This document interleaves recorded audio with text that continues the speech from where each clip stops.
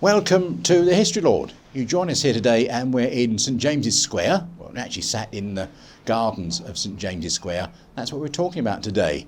The actual square itself, when it was established, lovely fat pigeon there, isn't he? Was established, it was one of the foremost places to live in central London. And this is the only square in the St James's area of London. But here is a story of some of the statues in the garden.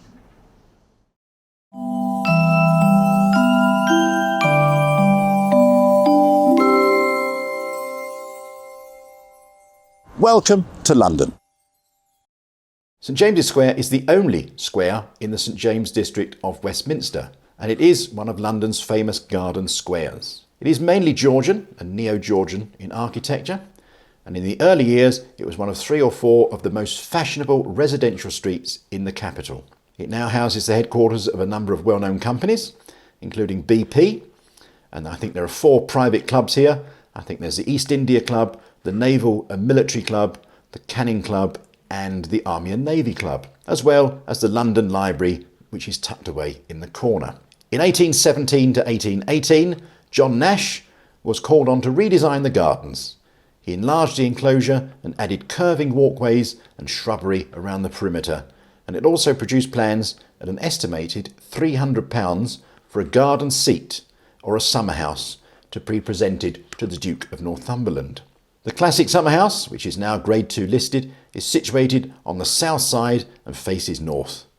And the southern gate was actually moved a few metres to the east in order the summerhouse could be central, with its blank back against the southern railings. The building has 2 pairs of Ionic columns and contains a single bench seat. The summerhouse was renovated by the Trust in 2010, and in 2012, at the request of the St James's Conservation Trust, and with the generous support, I think, from the Rose Foundation, the Trust agreed to the placement inside of a plaque commemorating John Nash himself. The other artwork in the gardens at the moment, you have Stag by Marcus Cornish, that was unveiled in 2001.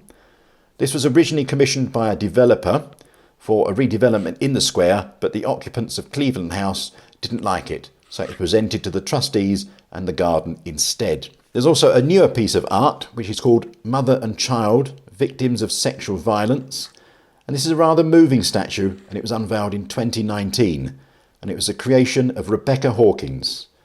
It's a statue that I actually find quite haunting, as it does tackle a very difficult subject.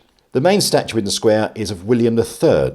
It's a Grade 1 listed monument, and it was done by John Bacon in 1807, but it's more than likely inspired by a similar sculpture by his father, also called John Bacon. The statue is complete with a molehill. William III's horse stumbled on a molehill whilst he was out riding. He fell and broke his collarbone and contracted pneumonia, dying just a few days afterwards. Many of his enemies drank a toast to the little gentleman in the black velvet waistcoat. Yes, they drank a toast to the mole. William III was buried in Westminster Abbey next to his wife, Queen Mary. So there you have it, some of the statues here in the gardens of St James's Square. Thank you very much for watching. I do hope you enjoy these videos, and if you do, please hit the subscribe button. If you want to know when videos are uploaded, there's a notification bell just down below. If you want to see what we do outside of these videos, please go to historylord.co.uk and see about the walking tour of London, or have a look down below and see about James's YouTube channel, which is called Last Line Films. We're also on TikTok. See, we're getting trendy. So thanks for watching, and from here in the lovely John Nash Summer House, take care.